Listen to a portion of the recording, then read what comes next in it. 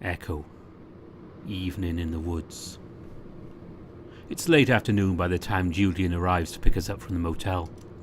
Things are predictably awkward at first as the stag drives us out of the town in silence.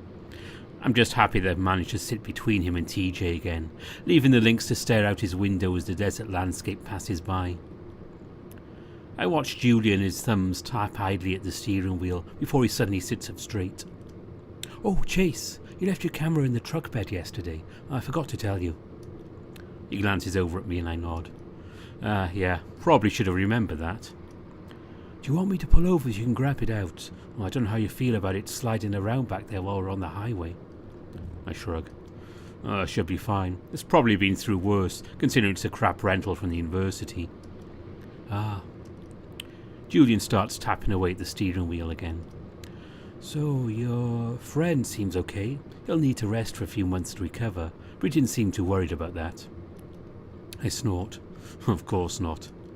"Yeah, anyway, what was it you guys wanted to do?" Julian leans forward a bit to glance at TJ. "I just wish he'd keep his fucking eyes on the road."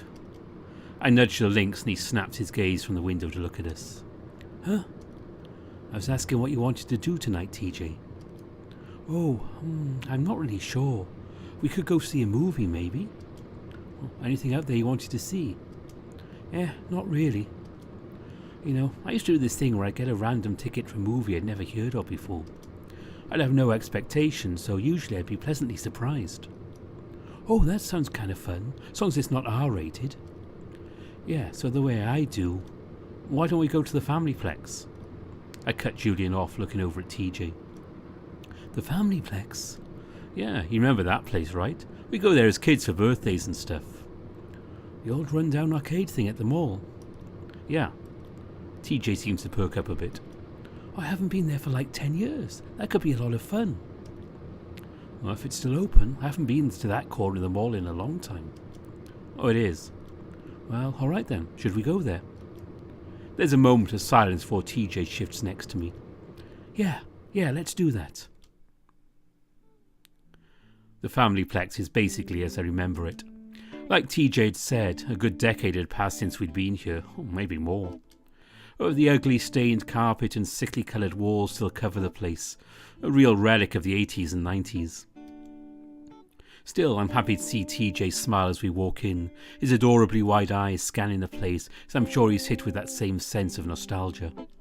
"Oh my gosh, everything exactly the same."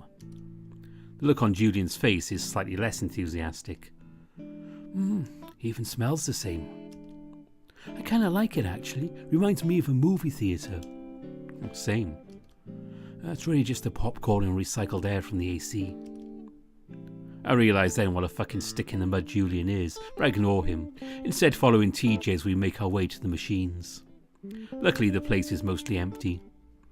There's a group of teenagers being loud and annoying over by the air hockey tables, but otherwise we have the place to ourselves. For a moment we just stand there, then Julian reaches into his pocket. "You guys want to chip in some money and I can go get us a few rolls of quarters?" I take out a 5 and so does Julian, while TJ hands over a 10. "Wow, Tej, that's a lot." I only have 10s. Besides, we'll go through them fast. We always do." Julian walks off to the front counter while TJ and I wait awkwardly next to the skee-ball ramp. I feel like things wouldn't be so tense if Julian wasn't here, and I feel myself getting progressively annoyed by his presence. I'm about to ask TJ how he's feeling when Julian comes back with 2 rolls of quarters. "So we have 2 rolls. You want me to count out your shares, or...?" I shake my head. "Oh, it doesn't matter." "Yeah, we're just here to hang out anyway." TJ takes one of the rolls and tears off one end. "You guys want a skee-ball?" "Sure, you know, I've always been pretty good with this game." I take the opened roll of quarters from TJ and take out one of my own, insert it into the neighbouring skee-ball machine. There are only 2 and I kinda hope that Julian might just wander away, but he stays right there behind TJ, watching. I sigh and insert my coin, watching as the little balls roll out into the little compartment.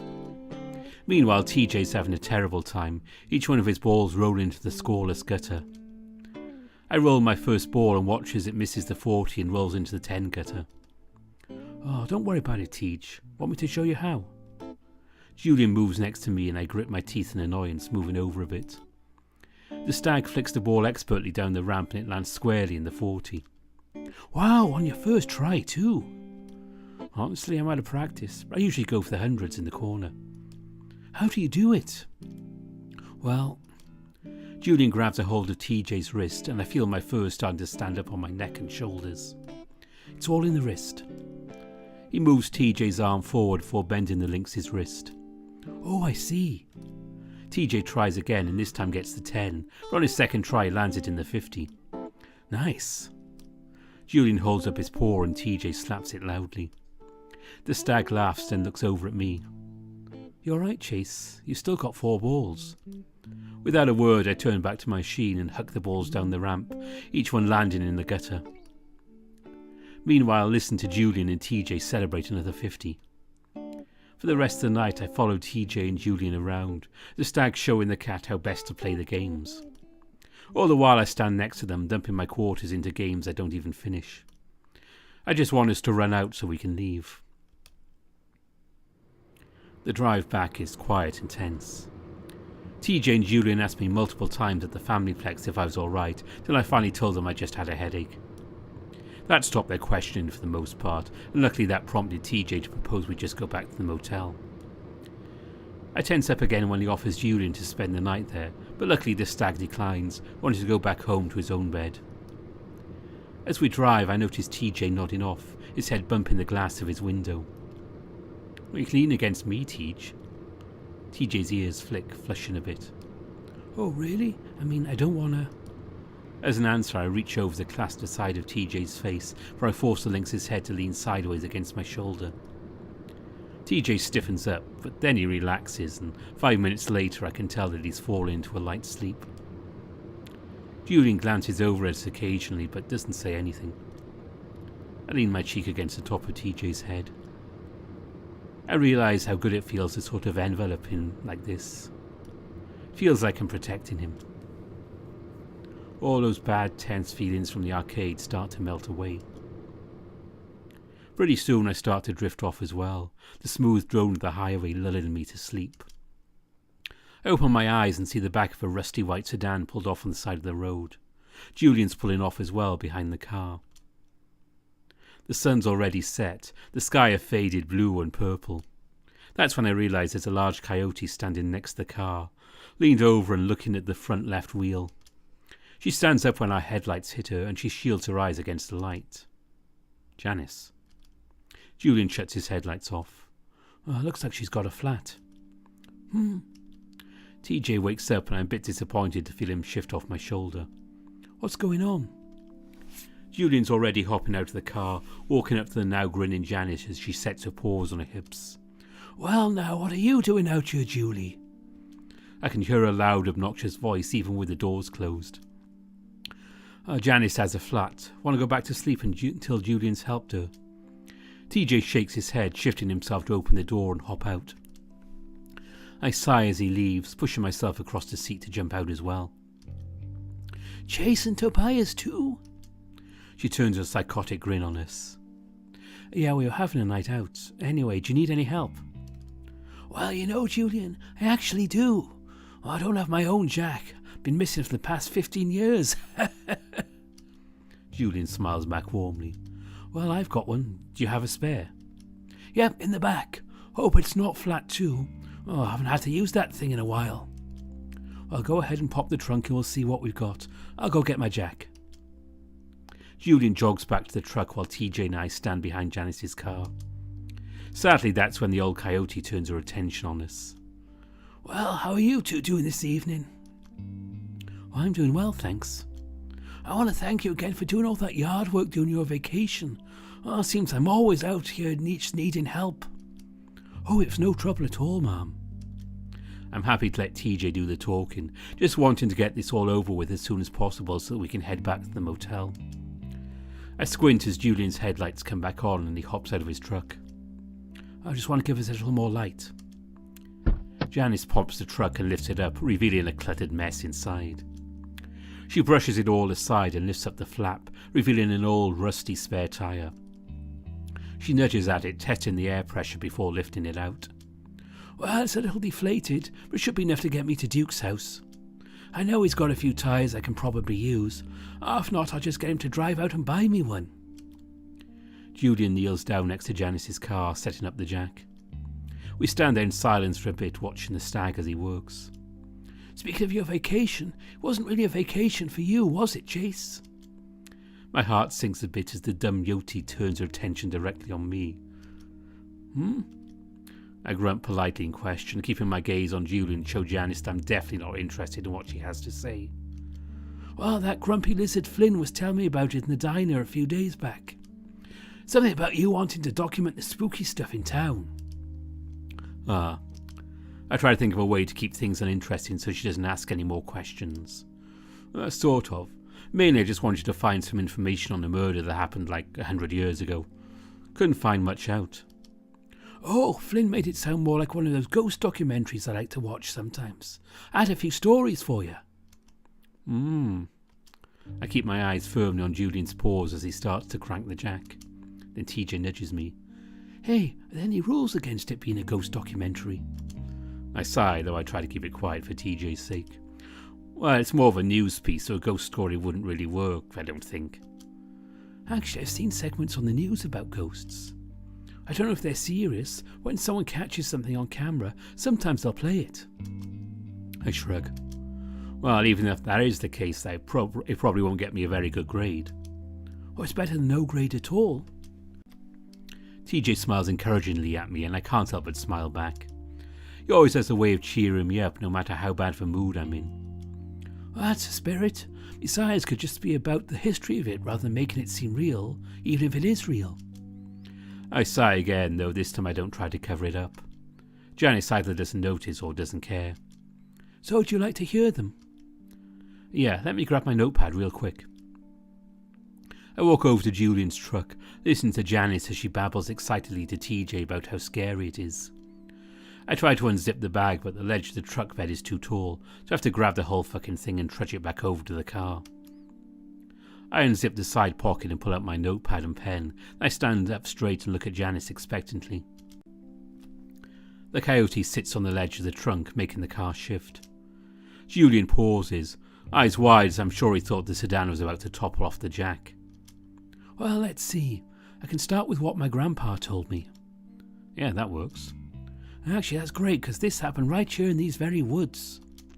Janice gestures off at the side of the road at the trees. So, my grandpa was taking a walk in there with my grandma I want to say sometime in the 40s, right after they were married. They were walking along one of the little trails in there.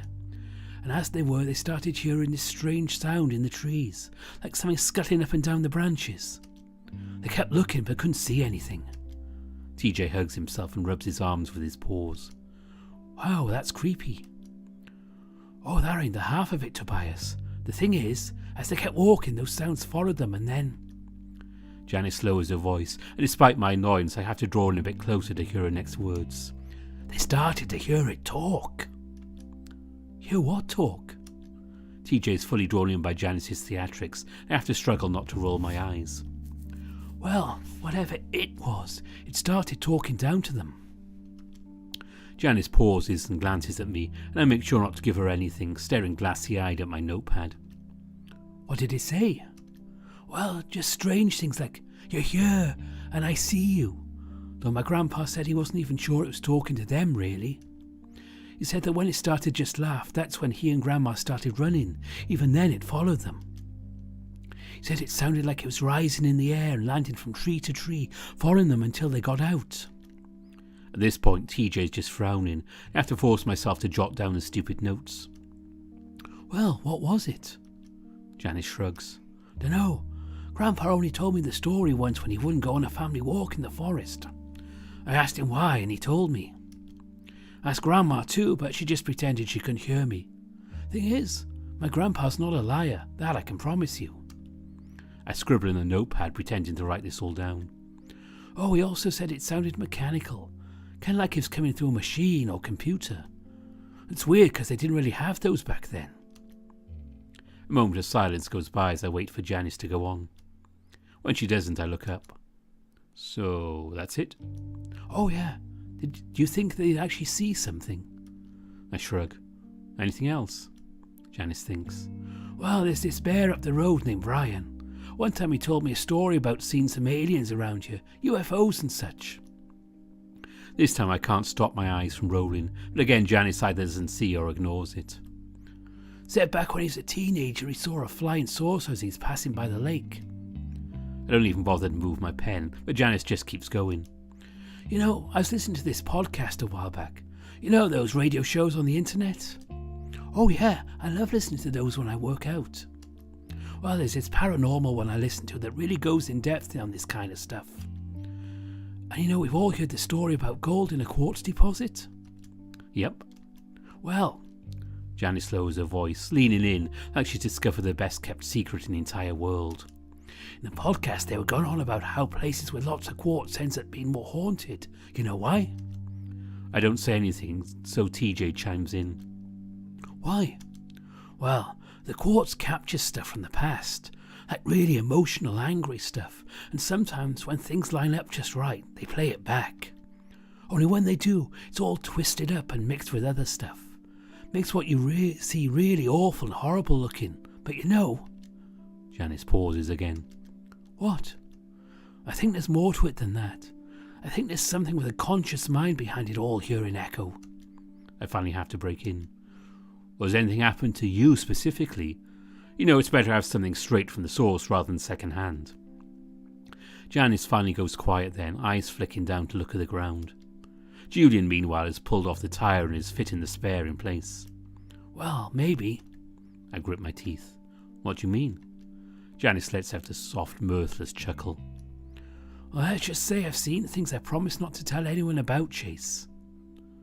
I can't tell if she's joking or not, so I just go along with it. Oh, you ordered a hit on someone? Oh, maybe, Chase. TJ stands there, a mortified expression on his face. I look down at my camera bag. Well, I think it might be good to get some footage of the trees in there while there's still a little light. If I'm going to do the whole ghost story thing, then I better get it for the horror movie vibe. Oh, well, that sounds wonderfully spooky. I start towards the tree line, then look back at TJ. You want to come with? Oh. TJ looks back at Janice and Julian, the latter of which is screwing in the tyre. Go on, TJ. Give him some company in there, especially after I told you all that story. Janice cackles, causing the car to shake again. Besides, I don't mind keeping Julian company in the meantime. Julian grunts as he keeps his focus on the tyre. Well, okay. With that, TJ and I cross the ditch into the forest, following the little trail that weaves through the trees. As the darkness of the forest engulfs us, I look back at TJ and see him timidly moving along, looking at the trees nervously. I grin. Are you scared? TJ looks over at me with a start. Oh, He lets out a soft laugh. Yeah, maybe a little bit. I pause, waiting for the lynx to catch up to me, then I hold my paw to him. He stares at it for a moment as if not comprehending what it is. I stubbornly keep it outstretched. Well, no one's going to see. TJ seems to think for a moment. Then I see the lynx wipe his paw on his pants before quickly reaching out to take mine. I pull TJ along through the forest, glancing up occasionally to see if I can find a patch of sky sufficient enough for the shot I want. Oh, don't worry, man. You know, I saw something in you too. What? TJ's busy looking off into the trees, his ears perked, listening. Yep, when I was a kid I thought I saw a fox hanging from the trees. Oh my gosh, please don't tell me this right now. I frown. Listen, while I realise that sometimes people hallucinate things, I'd rather just not talk about it right now.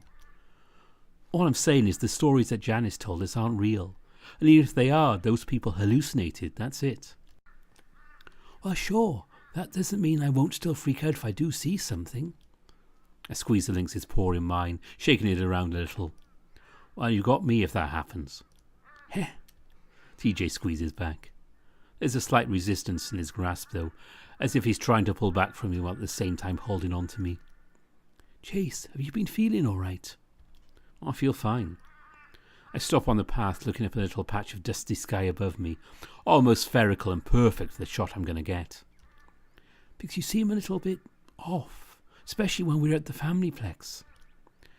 I know we've all been a little off since what happened. I mean, I was feeling really, really weird the past few days. I set the bag on the path and zip in the main compartment, pulling out the camera. Maybe you're feeling the same way that I was? I shrugged, turning the camera on. I feel fine, Tej.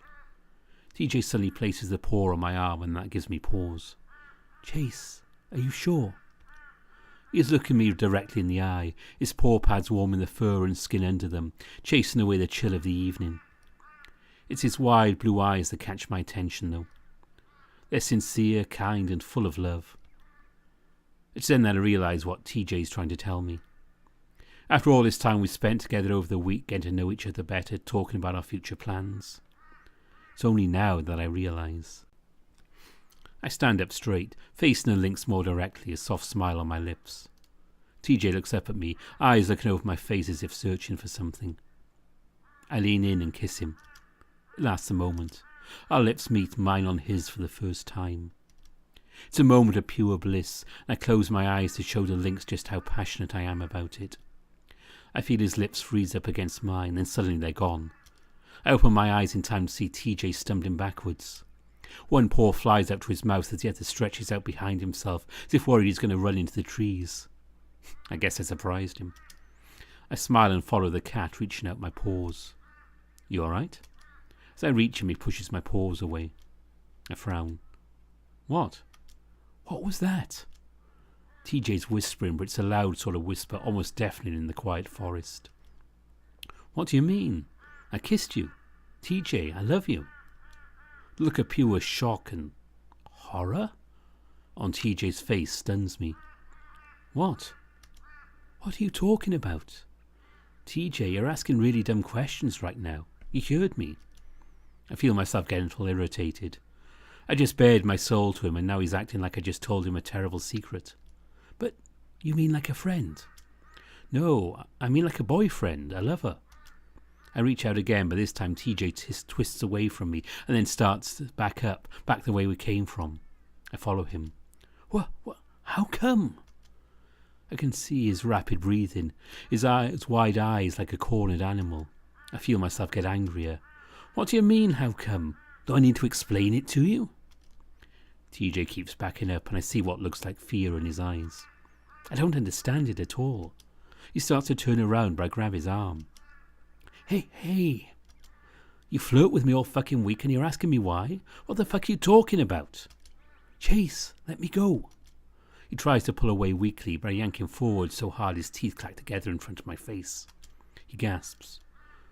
You make eyes at me across the table at the diner while we're doing yard work at Janice's house and you don't get why? Why the hell am I getting so angry? Let me go. TJ's still whispering, but it's getting louder. So you're just leading me on? I feel my voice breaks, it rises in volume as well. What is happening? Why am I doing this? Is this a dream? Why are you leading me the fuck on, TJ? I see tears brimming in TJ's eyes, and he looks away from me like a kid that just got caught doing something wrong. Do I need to tell you again? TJ, I fucking love you. I've known it since I picked you up from the college. Listen to me. I pull him closer, but as I do, he lashes out. I see a flash of light, and the next thing I know, TJ's escaped my grasp. My paw is still stuck out in the air as I watch the Lynx disappear through the trees. Soon, the sounds of his footsteps fade as well, and I'm left alone in the deathly quiet forest. I stare for a long time, listening to the nothingness, maybe waiting for TJ to come back, or for Julian to come up the path to beat me up. But nothing happens. I don't know how long I stand there, but then when I look up, I see that it's even darker. I numbly lift the camera in my other hand, still holding on to it like I was when I kissed TJ. Slowly I walk over to the bag and kneel down, putting the camera away. That's when I feel the nape of my neck prickle. TJ? I look back hopefully, but the path is empty. The forest, though. The trees and branches and leaves that outline the path, just before it curves out of sight, just 15 feet ahead of me. There's a shape in the trees, the shape of legs, arms, a torso, and maybe a head. The shadowy figure seems to blend into the leaves, almost melting into the twilight. I blink hard, but when I open my eyes, the figure is still there and moving and changed. That's when I realise that even though I'm holding my breath, I can still hear breathing. It comes from the direction of the shape, even though it doesn't move at all. It looks like a painting. Slowly I stand up. It doesn't move.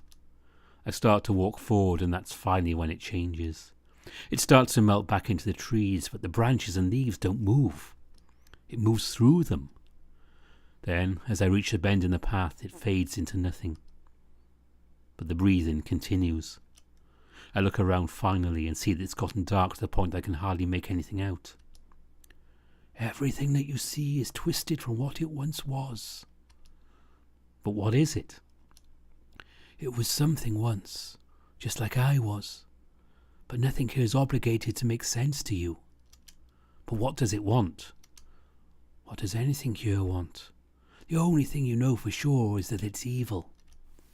And just like that, I'm running up the rest of the path, feeling as if the branches are clawing at me, trying to pull me back into the forest. And still the breathing continues just over my shoulder, growing ragged with my own, following me, chasing me. I feel it closing in on me, grasping, taking on a robotic tone, as if someone's taking their last breath through a phone. And I'm the one on the other end, listening to it. The crackling breath hisses out, then rises up into a screech of static and noise, and I break through the trees, landing in the ditch and jamming 2 fingers in the process as I throw my paws out to catch myself. I don't care though. I scramble out of the ditch, gasping for breath. I look up, hoping to see TJ, Julian, even Janice, but no one's there. Both cars are gone. I'm left alone on the road in the silence and darkness. I walk back to the motel alone. I hope to see Julian's truck in the parking lot when I get there. Well, it isn't. Instead, there's a typical 2 or 3 cars along with my own. I still have hopes I make my way to the door. Maybe TJ will be in the bathroom taking a shower. Maybe he'll already be asleep. Maybe he'll be awake and we can just forget what happened, chat until it's late, order pizza like we did at Carl's house. As I press the key card to the lock and it flashes green and I open the door, I don't see TJ at all. It's dark and empty. And that's finally when I realise that TJ's left me as well. My mind is blank as I walk through the motel room, only then realising I left the camera in the forest. I don't care though, it doesn't matter. Nothing matters anymore. I curl up on the bed and cry for a long time. I don't care how loud I am. I'm sure if anyone here hears it, they've heard worse. The employee at the front desk probably hears it every week because that's just the way this town is. I fall asleep. When I wake up, I can't move. I don't care though, it doesn't matter anymore. Even though I know better, I open my eyes. Weirdly enough, the motel is as I left it, dishevelled with the lights on.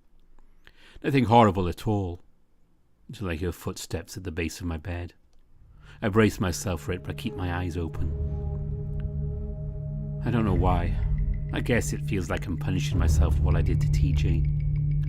I lay there on my side, curled up and waiting as the footsteps make their way around the bed. I don't know what I expect my mind to conjure up.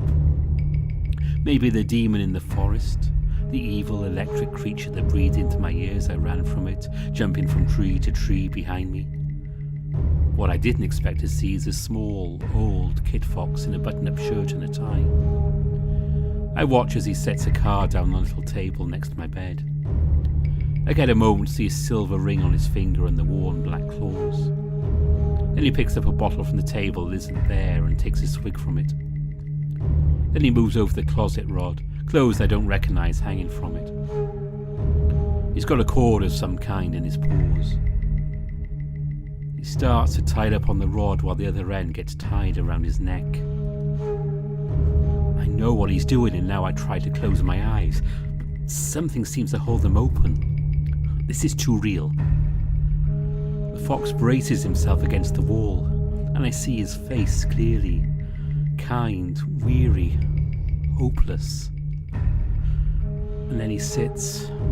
He doesn't completely sit because the cord pulls taut, and he's left with his legs at a loose slant on the ground. I see his eyes bulge, turning red, and at the same time those eyes meet mine. And I think he sees me. I gasp and sit up in the bed, but he doesn't disappear. He lingers. It's only when he starts to go into convulsions that he begins to fade away. I hug my knees, my back pressed against the headboard of the bed as the fox continues to stare at me, then completely disappears. It was real. It was real. Was. Something's different. Something's wrong in the air. A sound from the bathroom makes me look over at the closed door. Something's in there. Automatically I get up. It's like I'm not in control of my body anymore. It's like I'm still in a dream, even though I know I'm not. I get to the door and I stand there a little while, listening to the breathing inside. And then I open it.